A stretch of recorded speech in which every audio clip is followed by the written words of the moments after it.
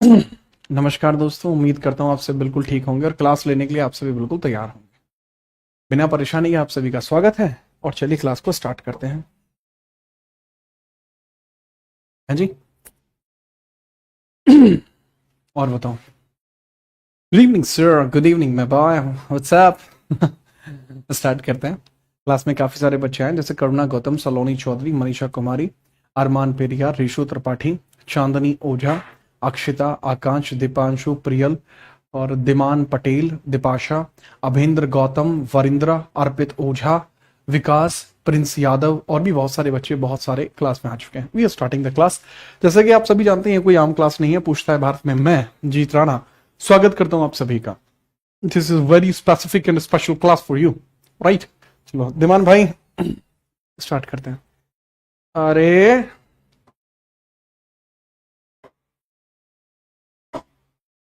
भाई जी, यहां तक बातें हो चुकी थी, हम बहराम शाह के बारे में बात कर चुके थे और बहराम शाह के बाद हम अगले पर्सन की बात कर रहे थे जो 1242 में रूलर बना है, जिसका नाम क्या होगा? अलाउद्दीन मसूद।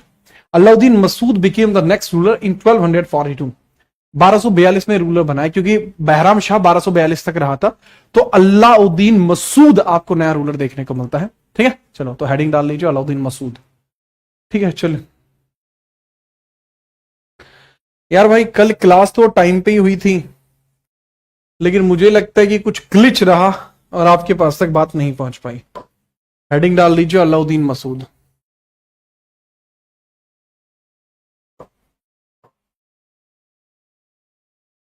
हेडिंग डाल लीजिए क्या? अलाउद्दीन मसूद। हेडिंग डाल लीजिए अलाउद्दीन मसूद।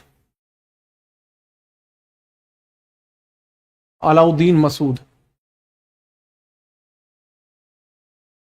की हेडिंग डाल लेते हैं कि भाई जी अलाउद्दीन मसूद जो है वो किस प्रकार का रूलर है, उसके बारे में बात करते हैं। ठीक है, चलिए भैया, एनटीपीसी अंडर ग्रेजुएट की वीडियो कल सुबह 10 मिनट मैंने डाल दी थी।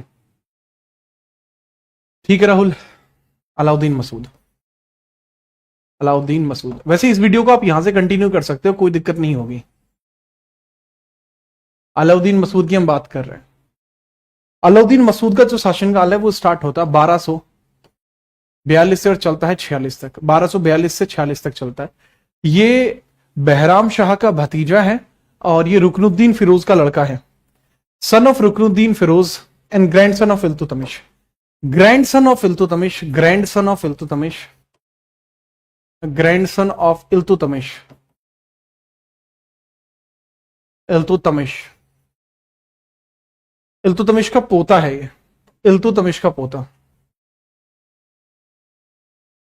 इल्तुतमिश का पोता, इल्तुतमिश का पौत्र है ये और रुकनुद्दीन फिरोज का लड़का है। Son of Ruknuddin Firoz and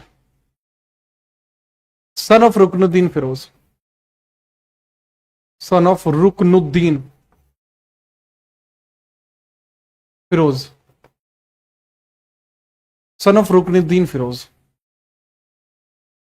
Ruknuddin Firoz का लड़का, रुकनुद्दीन फिरोज का लड़का है, रुकनुद्दीन फिरोज का लड़का है। किसका लड़का है? रुकनुद्दीन फिरोज का लड़का है। अय्याज था एक नंबर का। ठीक है, क्या था? अय्याज था। इसने अपने जीवन में कोई बड़ा कार्य नहीं किया, इसने कोई बड़ा कार्य नहीं किया, इसने को अपने जीवन में, अपने जीवन काल में कोई बड़ा कार्य नहीं किया।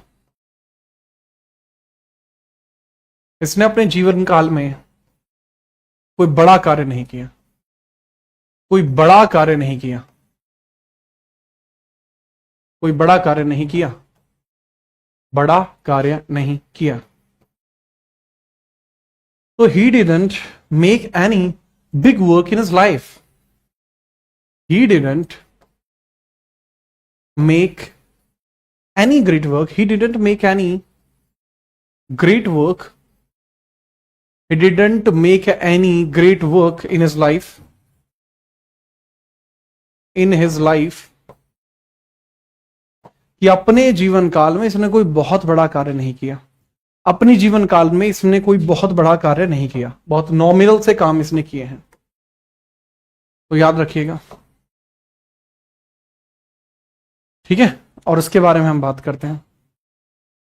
कि जब इसने कोई बड़ा कार्य नहीं किया फिर क्या आपको देखने को मिलता है बच्चे? जब इसने कोई बड़ा कार्य नहीं किया लेकिन इसके द्वारा कई सारे कार्य और किए गए हैं, उनके बारे में हम चर्चा कर लेते हैं कि कौन कौन से कार्य इसके द्वारा किए गए हैं।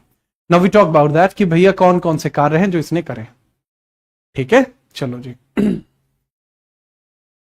इसने तिमार खान को हराया। इसने अवध क्षेत्र के एक शासक हुआ करता था तिमार खान, तो इसने तिमार खान को हराया था। इसके जीवन काल का सबसे बड़ी उपलब्धि यही है, इसने तिमार खान को हराया था। इसने अवध के समीप के राजा, अवध के समीप के राजा तिमार खान को हराया था। तिमार खान को हराया तो he defeated Timar Khan of Awadh. Timar Khan of Awadh, he defeated Timar Khan of Awadh, he defeated Timar Khan of Awadh, Timar Khan of Awadh. Awadh, Oudh बोल सकते हैं या इसको अवध भी बोला जा सकता है, अवध भी इसको बोला जा सकता है। तो इसने अवध के समीप जो राजा तिमार खान है, इन तिमार खान को हराया था।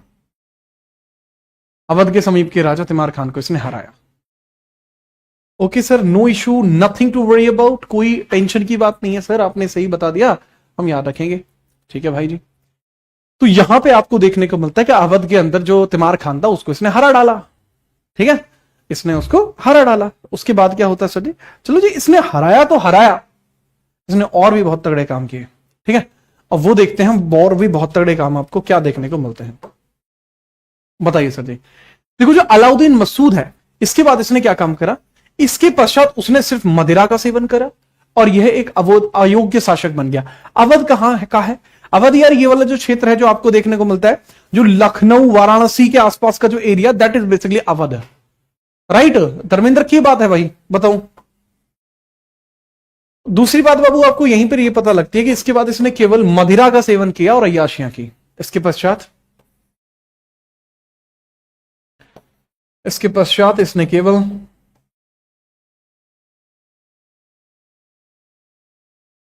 मदिरा का सेवन किया और अय्याशियां की, सेवन व अय्याशियां की, अय्याशियां की।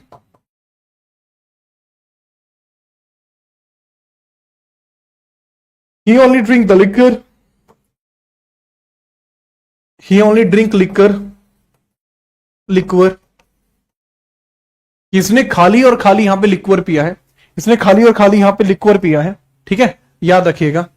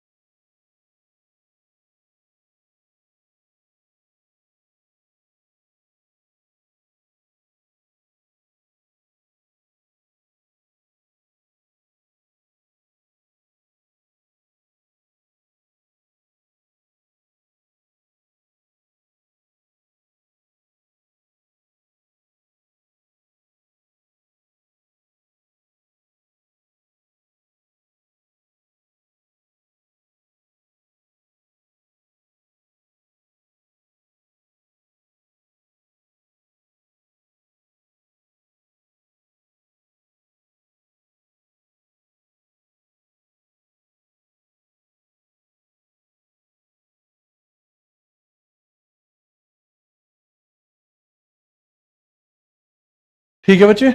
सर बहराम शाह की हत्या कब हुई थी? बहराम शाह कभी मरा नहीं एक्चुअली। बहराम शाह कब मरा है उसके बारे में हमें जानकारी नहीं मिलती। रीजन क्या है? क्योंकि बहराम शाह को भगा दिया, उसको देश निकाला दे दिया था। ठीक है धर्मेंद्र, आप ये बता दीजिए कि आपको ये काम है, क्या काम है आपको, क्या बोल रहे हैं आप? सर बैच चेंज हो जाएगा क्या? कौन सा बैच चाहिए आपको? ये ओनली ड्रिंक लिकर। ठीक है, इस वजह से चहलगानी ने उसको भी हटा दिया। इस कारण से चहलगानी के द्वारा इसको भी हटा दिया गया है और चहलगानी ने नसीरुद्दीन महमूद को अगला रूलर बनाया।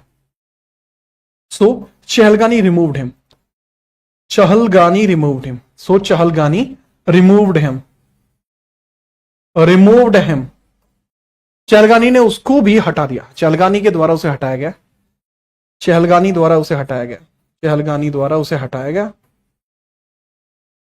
उसे हटाया गया, हटाया गया।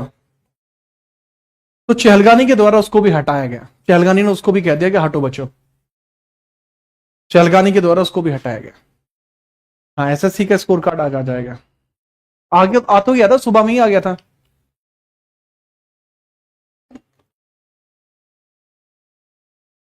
जल्दी हो जाएगी यश, टेंशन मत लो।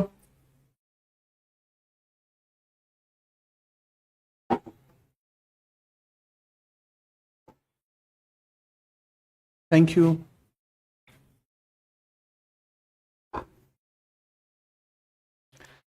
ठीक है, आपका हो जाएगा बच्चे पंजाब से। आगे बढ़ते हैं, इसके बाद हम आगे देखते हैं, इसके बाद आपको क्या देखने को मिलता है उसको देखिए जरा। ठीक है, चलिए समझते हैं।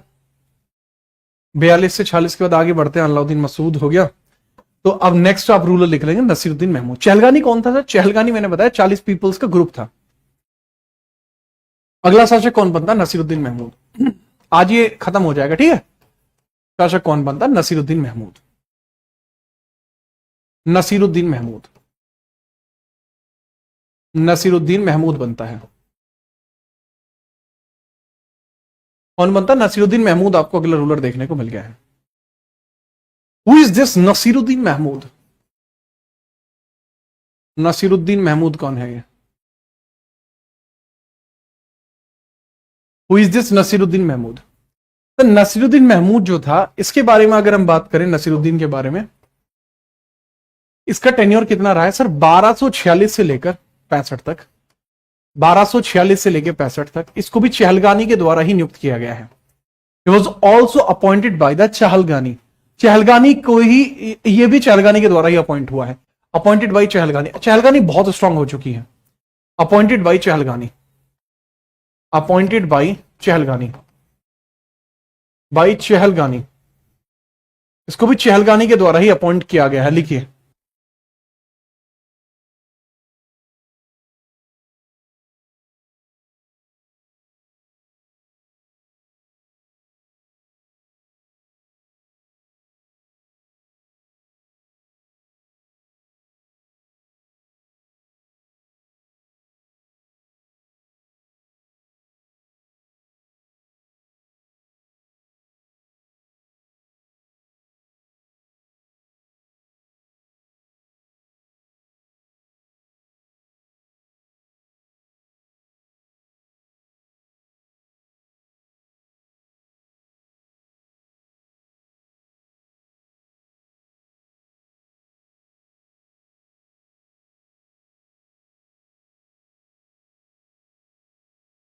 ठीक है।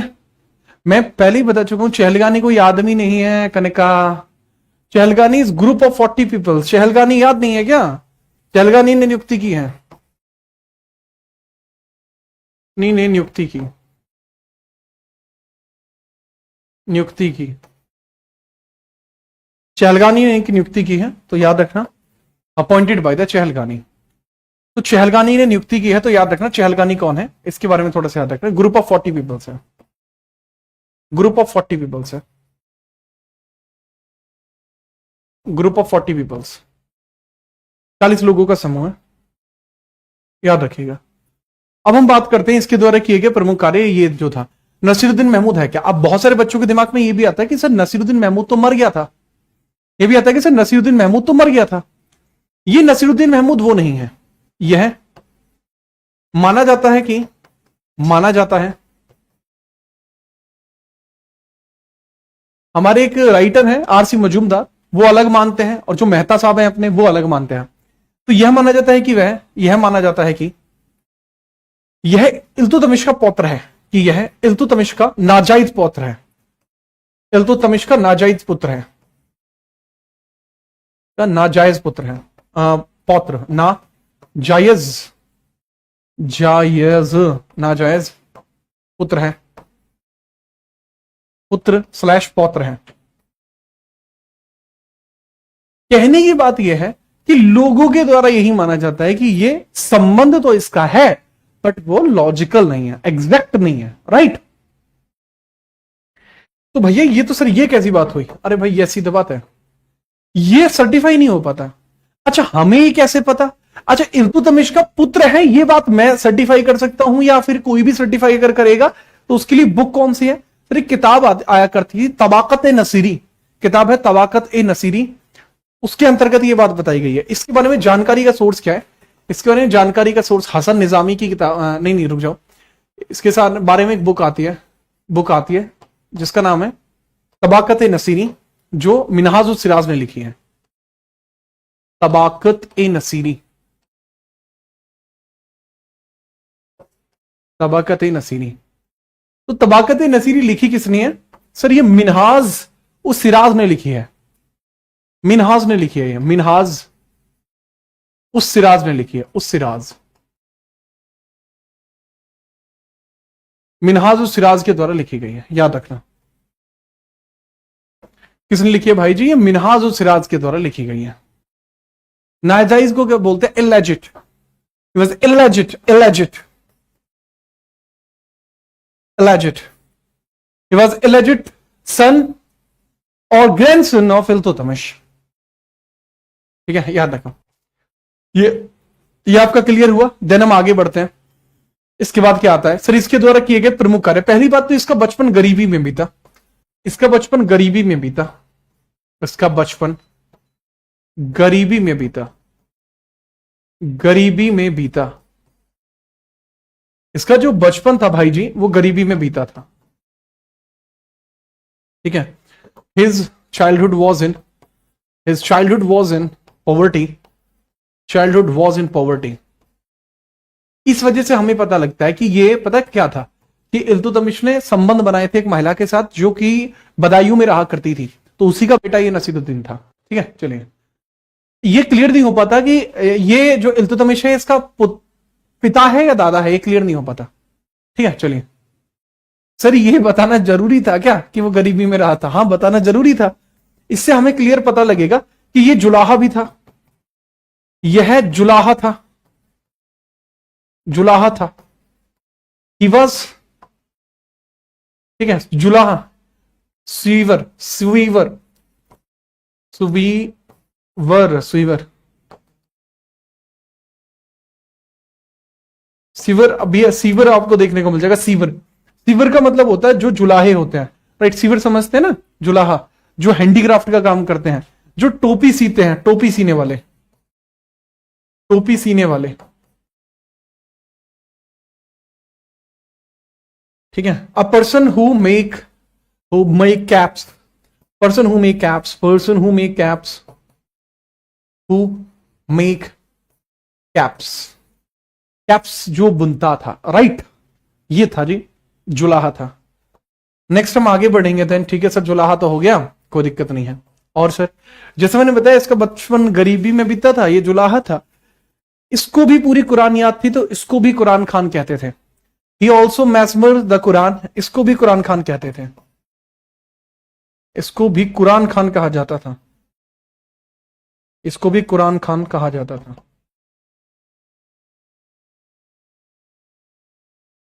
known as Quran Khan.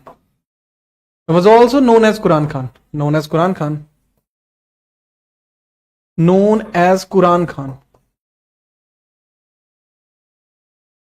He was known as Quran Khan. ठीक है, तो ये कुरान खान के तौर पर भी जाना जाता था। ये काफी इंपॉर्टेंट पॉइंट आपको देखने को मिलेगा। कैसे जाना जाता था सर? कुरान खान के तौर पर जाना जाता था। सर टोपी सिलते सिलते कुरान कैसे याद कर लिया? भाई टोपी सिलते सिलते आंख तो उधर ही रहेंगी ना बे, क्या यार? ठीक है सर जी। अच्छा एक और बात, इसको सपोर्ट किसने किया था? बैकएंड से सपोर्ट इसको बलबन ने सपोर्ट किया था। बलबन ने इसका अपनी पुत्री का विवाह भी इससे किया था। बलबन ने अपनी पुत्री का विवाह भी इससे किया। बलबन ने अपनी पुत्री का विवाह इससे किया था। Balban married her daughter, married his daughter to daughter to Nasiruddin. Nasiruddin Nasiruddin. तो इसने क्या किया कि बलबन कौन था, अब ये बलबन के बारे में, अब आगे अगला रूलर बलबन ही है, अभी अपन बलबन के बारे में ही बात करेंगे। तो बलबन ने क्या काम किया था, अपनी पुत्री का विवाह नसीरुद्दीन से किया। बलबन ने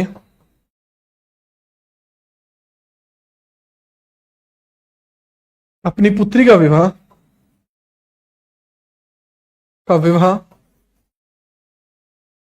नसीरुद्दीन से किया। नसीरुद्दीन से किया। नसीरुद्दीन से किया। उसने अपनी पुत्री का विवाह किससे किया लल्ला? नसीरुद्दीन से किया। ठीक है, यस। आगे बढ़ते हैं। इसके बाद की कहानी हम अगले पेज पे देखेंगे, नोट करो।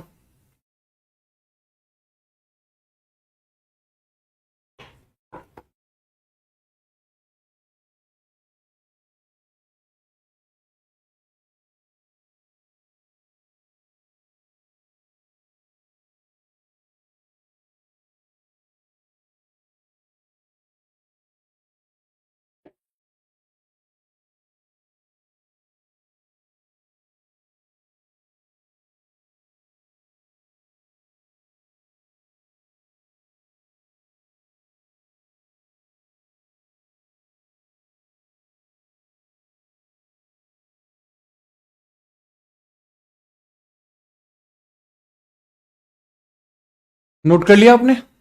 बढ़िया करा। तो कुरान को इंग्लिश में क्या कहते हैं? अबे कुरान को इंग्लिश में कुरान ही कहेंगे ना, क्या मतलब है? हाँ, नयाब मुमलिकात इसी ने बलबन को बनाया था। बहुत बढ़िया, यहां पे समझ लेना। इसी के एवज में नसीरुद्दीन महमूद ने नयाब मुमलिकात का पद बलबन को दिया और उलूग खान की उपाधि भी बलबन को दी। हमें बता देता हूं, नसीरुद्दीन ने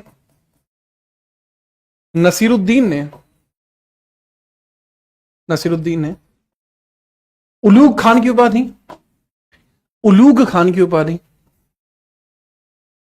उलूग खां की उपाधि, उलूग खां की उपाधि,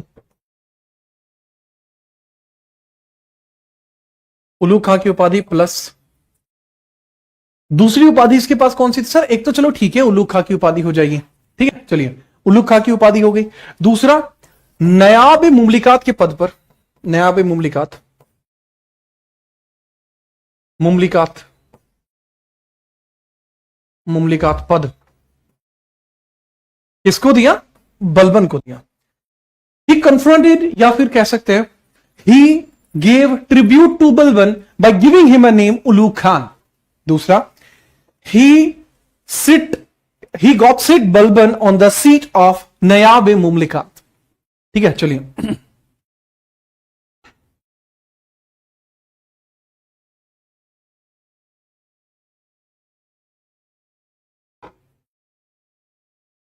ठीक है, फिर आगे चलते हैं।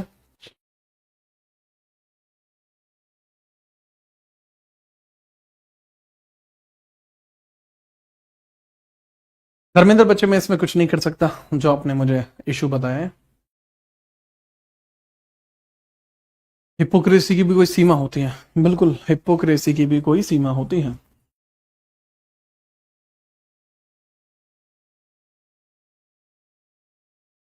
ठीक है, आगे बढ़े।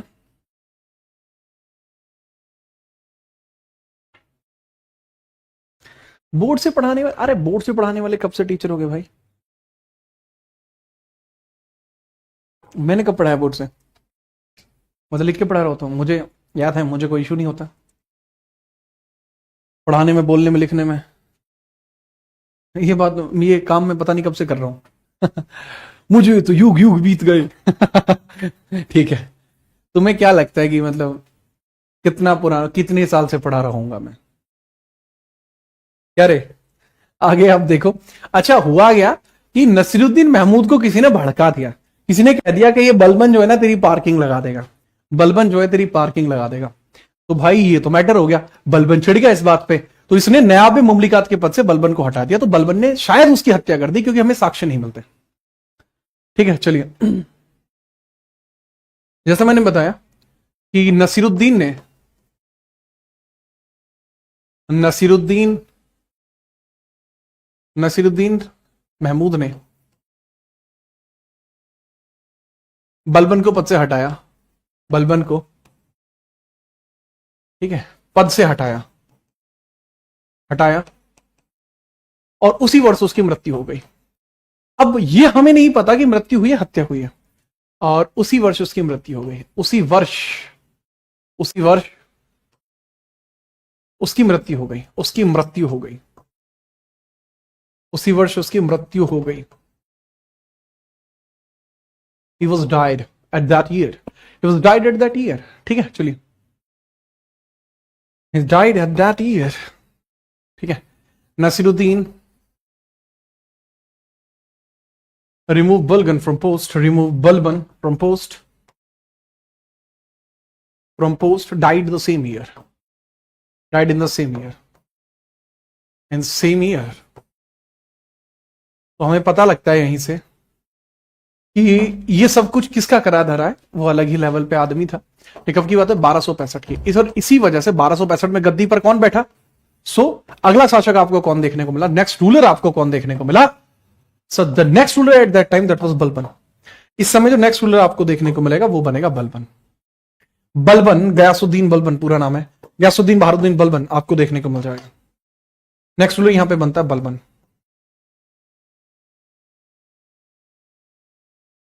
बलबन नेक्स्ट रूलर बना। अब हम बलबन के बारे में चर्चा करेंगे, अब हम बलबन के बारे में चर्चा करेंगे। फटाफट नोट करिए।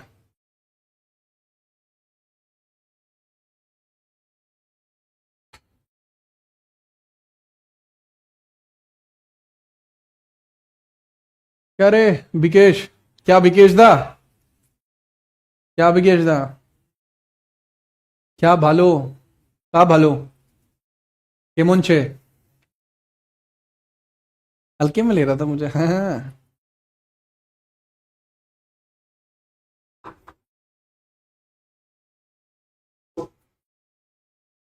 जब मैं 11th क्लास में था मैं तब से पढ़ा रहा हूं। When I was in 11th class I was teaching। Static मुझसे पढ़िए। स्टैटिक में पढ़ा तो रहा हूं यूट्यूब पे, पेड बैचेस से कहीं ज्यादा प्राइम लेवल पे पढ़ा रहा हूं। यार बैचेस वगैरह मेरे आते हैं, ऑब्वियस सी बात है, आते ही हैं, तो बैचेस वगैरह तो ले ही सकते हैं आप, लेकिन यूट्यूब पे एक बार पढ़ के देखना। हाँ, थियोरी में पढ़ा रखी है यूट्यूब पे मैंने, आप सर्च कर देना स्टैटिक जी के थियोरी बाई जीत राणा, आपको एक प्लेलिस्ट मिल जाएगी।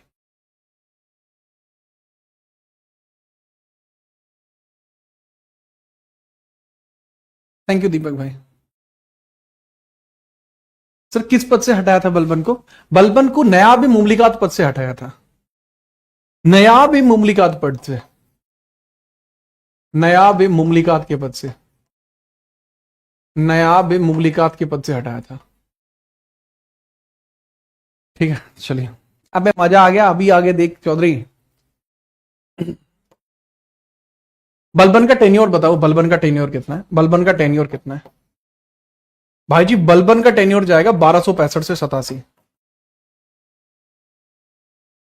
1265 से 87 जाएगा। ठीक है, आगे हम बढ़ते हैं देन। तो बलबन भाई का क्या था? बलबन भाई अलग ही चीता आदमी है। इनकी एंट्री कैसे हुई है दिल्ली सल्तनत में? पहले ये देखिए बलबन कहां से आया। पहली बात तो ये पर्शियन है, he was Persian, he was Persian, ये पर्शियन था, पर्शियन था, पर्शियन। ये लोग कौन थे? दीज आर टर्किश, वो तुर्की थे, ये पर्शियन है। पारसी था, पारसी जिसको हम बोल सकते हैं ये है पारसी था, पारसी था ये। Balban was Persian. ठीक है, याद रखना। आगे हम बात करते हैं, ठीक है, बलबन के बारे में कि दिल्ली में इसकी एंट्री कैसे हुई है, दिल्ली सल्तनत में आगमन कैसे हुआ, दिल्ली सल्तनत में कैसे आया, मैं कैसे आया, how he reached to Delhi Sultanate, how he reached to Delhi Sultanate. क्या लगता है आपको, हाउ ही रीच्ड दिल्ली सल्तनत, दिल्ली सल्तनत? खुद सोचो कैसे ही आया होगा दिल्ली सल्तनत में। सर गुलामों का गुलाम इल्तुतमिश था, गुलामों का गुलाम इल्तुतमिश लाया था। बहुत बढ़िया। देखो भाई 1233 में आपको देखने को मिलता है, 1233, 1233 में, 1233 में इल्तुतमिश ने इसे ग्वालियर अभियान से खरीदा था। इल्तुतमिश ने इसको ग्वालियर अभियान से खरीदा था।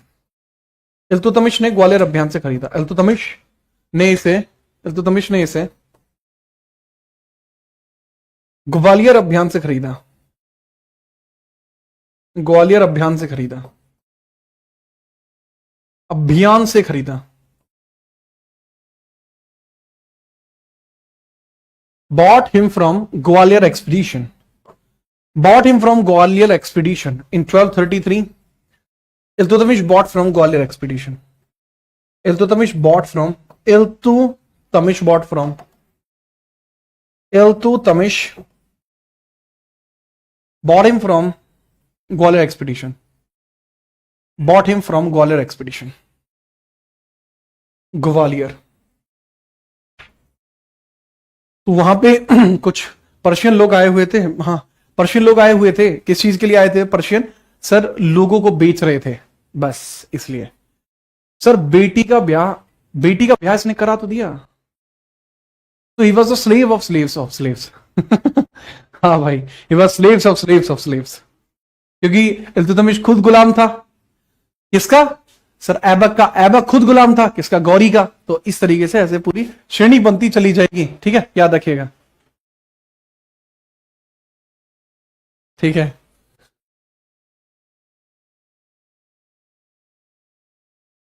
जी क्लियर है मैटर। तो अब इसके हम बात करते हैं इसके उपनामों के बारे में बात करते हैं। उपनाम इसके another names, another names, another names, another names, another names.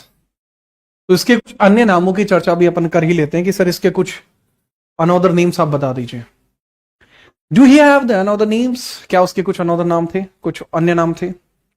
Yes sir, surely he have another names. Yes sir, निश्चित तौर पर उसके कुछ अन्य नाम भी थे। मैं जानना चाहूंगा कि वह अन्य नाम क्या थे। मैं जानना चाहूंगा कि वह अन्य नाम क्या थे। कृपया करके मुझे बताइए वो अन्य नाम क्या थे। चलिए बताते हैं। दरअसल इसके उपनाम थे गयासुद्दीन बलबन, गयासुद्दीन और बहारुद्दीन। गयासुद्दीन एंड बहारुद्दीन। तो कह सकते हैं गयासुद्दीन बहारुद्दीन बलबन, जिसका नाम उलूग खान भी था। इसकी उपाधि भी थी जो नसीरुद्दीन ने दी थी उपाधि, तो टाइटल बोलते हैं अपन। तो उपाधि कौन सी थी? उलूग खान। नोट कर लीजिए, ठीक है। अच्छा, ये जो इस्लामिक कल्चर होती है इसमें दो तरीके की बातें होती है। एक बात होती है, खुद को कुछ लोग नियामत खुदाई कहते हैं और कुछ लोग अपने आप को दीन इलाही कहते हैं। तो कुछ लोग कहते हैं नियामत खुदाई और कुछ लोग कहते हैं दीन इलाही। कुछ कहते हैं नियामत खुदाई और कुछ कहते हैं दीन इलाही।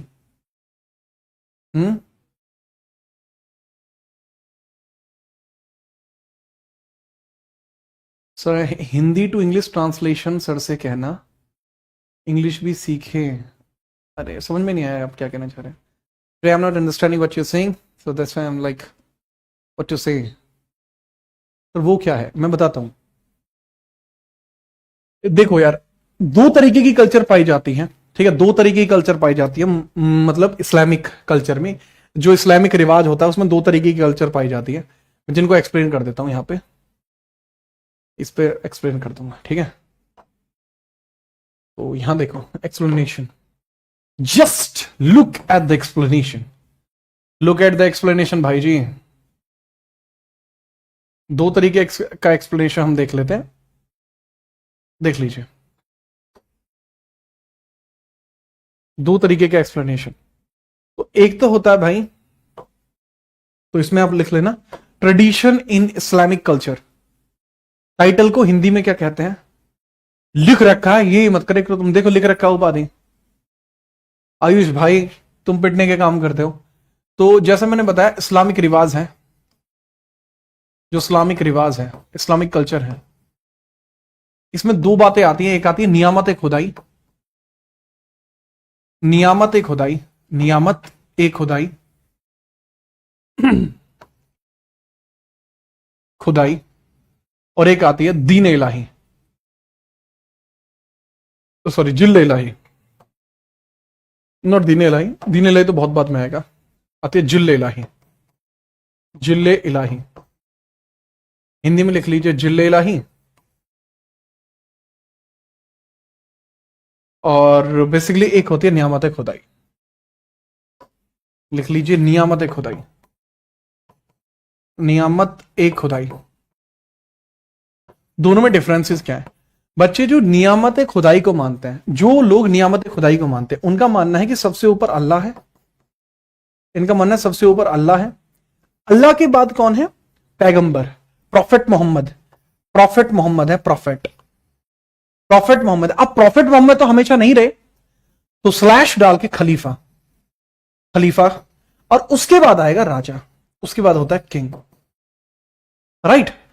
जिल्ले इलाही में ऐसा नहीं होता। जिल्ले इलाही में, जिल्ले इलाही का मानना है कि अल्लाह, अगर कोई भी बात अल्लाह को करनी है तो अल्लाह सीधी बात करेगा राजा से। तो मतलब जिल्ले इलाही वो लोग होते हैं इस्लामिक कल्चर के अकॉर्डिंग जो लोग खलीफा या पैगंबर को नहीं मानते, दे आर कॉल्ड एज जिल्ले इलाही।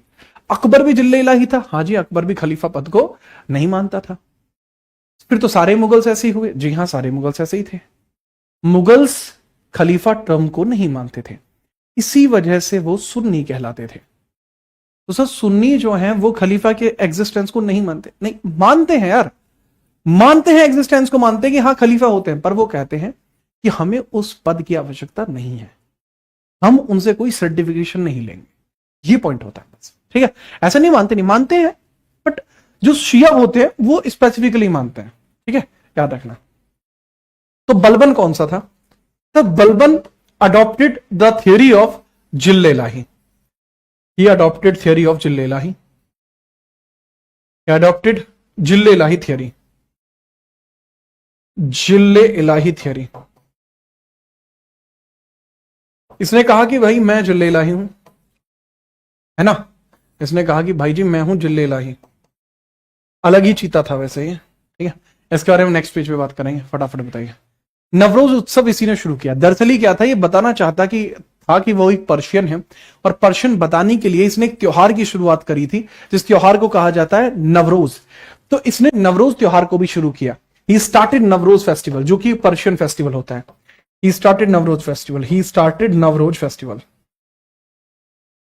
नवरोज होती है पर्शियंस की न्यू ईयर, नवरोज फेस्टिवल। ये वही आदमी है जिसके द्वारा नवरोज त्योहार शुरू किया गया था।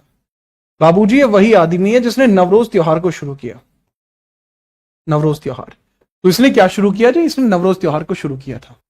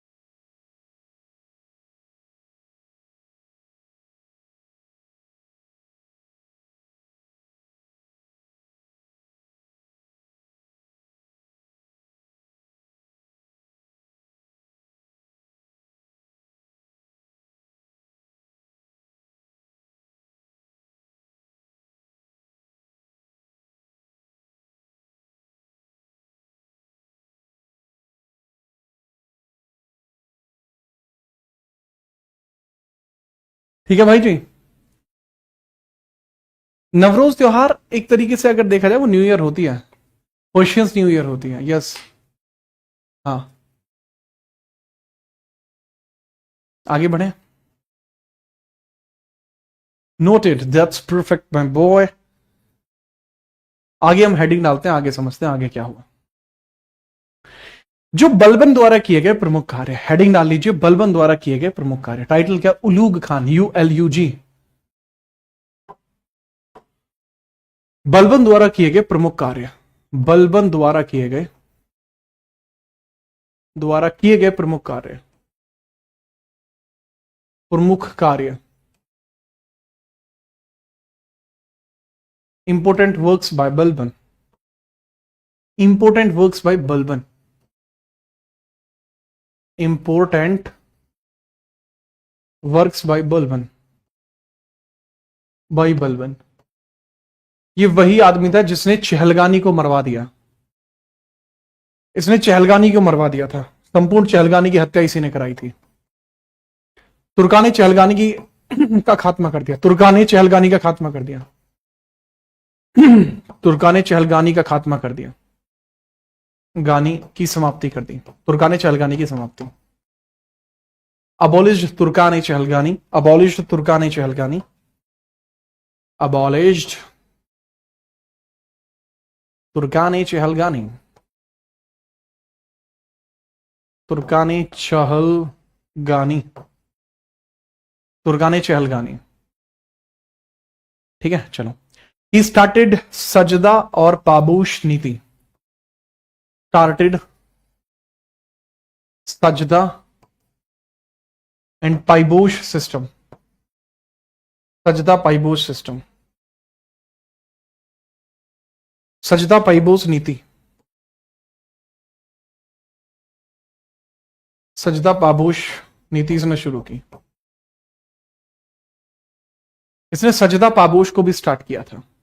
लोहवे रक्त की नीति को भी इसी ने शुरू किया। लोहवे रक्त की नीति को प्रारंभ किया। लोहवे रक्त की नीति को इसने शुरू किया। रक्त नीति को इसी ने प्रारंभ किया। प्रारंभ किया। Initiated iron and blood policy. Iron and blood policy. Iron and blood policy. Blood policy क्या थी? Iron and blood policy. यार, आयरन एंड ब्लड पॉलिसी में क्या था कि अगर कोई भी ऐसा व्यक्ति है, अगर कोई भी ऐसा व्यक्ति है जो आपको ऐसा लगता है कि यहां पर तो है वो, लेकिन भाई साहब अलग ही आदमी हो चुका है, वो आपका दुश्मन बन चुका है, तो लोहे का प्रयोग कीजिए और उसका रक्त बहा दीजिए। ठीक है, तो बलबन के द्वारा किए गए प्रमुख कार्यों में यह भी आता है। बलबन ने 2 विभागों की शुरुआत करी है। 2 विभागों की शुरुआत। 2 विभागों की शुरुआत की। Started 2 departments. Started 2 departments. 2 departments. उसने 2 डिपार्टमेंट्स की भी स्टार्टिंग करी थी। स्टार्टेड 2 डिपार्टमेंट्स की भी स्टार्टिंग करी है। कौन कौन से? सर, दीवाने अर्ज की स्टार्टिंग करी है उसने। एक तो करिए बरीद मुमलिकात। बरीद मुमलिकात। मुमलिकात। बरीद मुमलिकात। और यार पता है, दूसरा जो डिपार्टमेंट था इसका वो था दीवाने अर्ज। दीवाने अर्ज। अब ये कैसे काम करता है? इसको तो हम बोलते हैं क्या? बरीद मुमलिकात। बरीद मुमलिकात बोलते हैं इसको तो। बरीद मुमलिकात। मुमलिकात बोलते हैं इसको। बरीद मुमलिकात भाई जी इसको बोलते हैं, है ना? इसको बोलते हैं दीवाने अर्ज। दोनों में फर्क क्या है वो देख लो। इसको बोलते हैं दीवाने अर्ज। अब इन दोनों में ही हम फर्क देख लेते हैं, फर्क क्या है। सर, बरीद मुमलिकात तो था एक स्पाई डिपार्टमेंट। गुप्तचर विभाग। स्पाई गुप्तचर विभाग था, और ये सैन्य विभाग था। गुप्तचर विभाग था ये, गुप्तचर स्पाई डिपार्टमेंट। और दीवाने अर्ज मिलिट्री सैन्य डिपार्टमेंट था। सैन्य मिलिट्री डिपार्टमेंट था। मिलिट्री डिपार्टमेंट था। मिलिट्री डिपार्टमेंट था। मिलिट्री डिपार्टमेंट था। ठीक है, चलिए। अच्छा अंशु, अंशु इंग्लिश में इतना ही लिखवाया जाएगा जितना लिखवाया जा रहा है। ठीक है बच्चे? बाइलिंगुअल का मतलब ये नहीं होता कि मैं आपको पूरा इसको ऐसे ऐसे लिखवाऊंगा, नहीं। आपकी भी कुछ दायित्व बनते हैं, आपकी भी कुछ जिम्मेदारियां हैं। जिम्मेदारियों का बोझ अगर अभी नहीं देखोगे ना, देर हो जाएगी। नहीं चाहता मैं देर हो। सजदा और पाइबोश क्या होता है? सुल्तान से जब आप मिलने के लिए जाएंगे, उसका सजदा आप करेंगे, तो सजदे के टाइम आप उसके पैर चूमेंगे और उसके बाद ही सजदा करेंगे।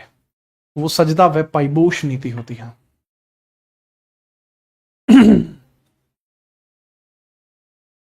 अब इसके दो पुत्र भी हैं,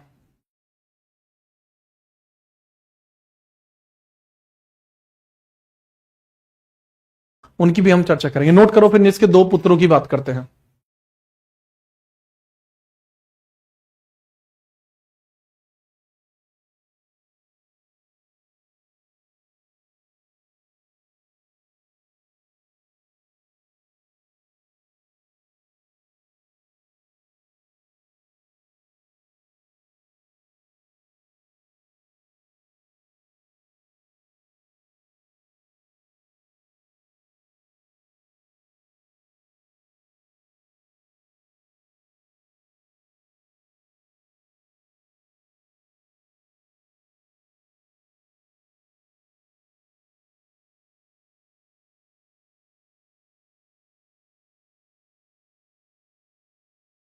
आगे हम बढ़ते हैं।